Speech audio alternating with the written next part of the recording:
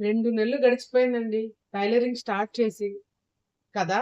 ఈ 2 నెలల్లో మనం టైలరింగ్ క్లాసెస్‌లో ఏమేమి నేర్చుకున్నామో ఒకసారి అనాలిసిస్ చేస్తాము. ఫస్ట్ అయితే స్ట్రెయిట్ కట్ టాప్ ఎలా కుట్టాలి అని తెలుసుకున్నాము. సెమీ పటియాలా ప్యాంట్ ఎలా కుట్టాలి అని తెలుసుకున్నాము. అండ్ రెండోది బ్లౌజెస్ అనేవి ఎలా స్టిచ్ చేయాలి అని కూడా తెలుసుకున్నామనమాట.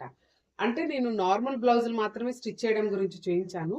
తర్వాత వచ్చే వీడియోలో ఆహ్, లైనింగ్ బ్లౌజ్ ఎలా కుట్టాలి, ఎలా కట్ చేయాలి అండ్ కప్పు బ్లౌజెస్ ఎలా కుట్టాలి, ఎలా కట్ చేయాలి అని కూడా నేను ఇస్తానమాట.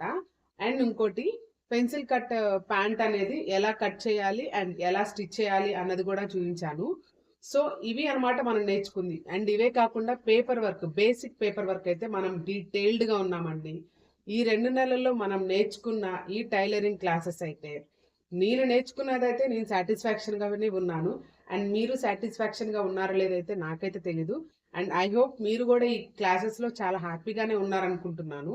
అండ్ ఒక చిన్న సలహా ఏంటంటే, మనం నేర్చుకున్న ప్రతి వర్క్‌ని మర్చిపోకుండా ఉండడానికి డైలీ ఒక్కొక్కటి చొప్పున మనం ప్రాక్టీస్ చేసుకుంటా ఉన్నామనుకోండి, మనం నేర్చుకున్నదేది మన బ్రెయిన్‌లో నుంచి వెళ్ళదు.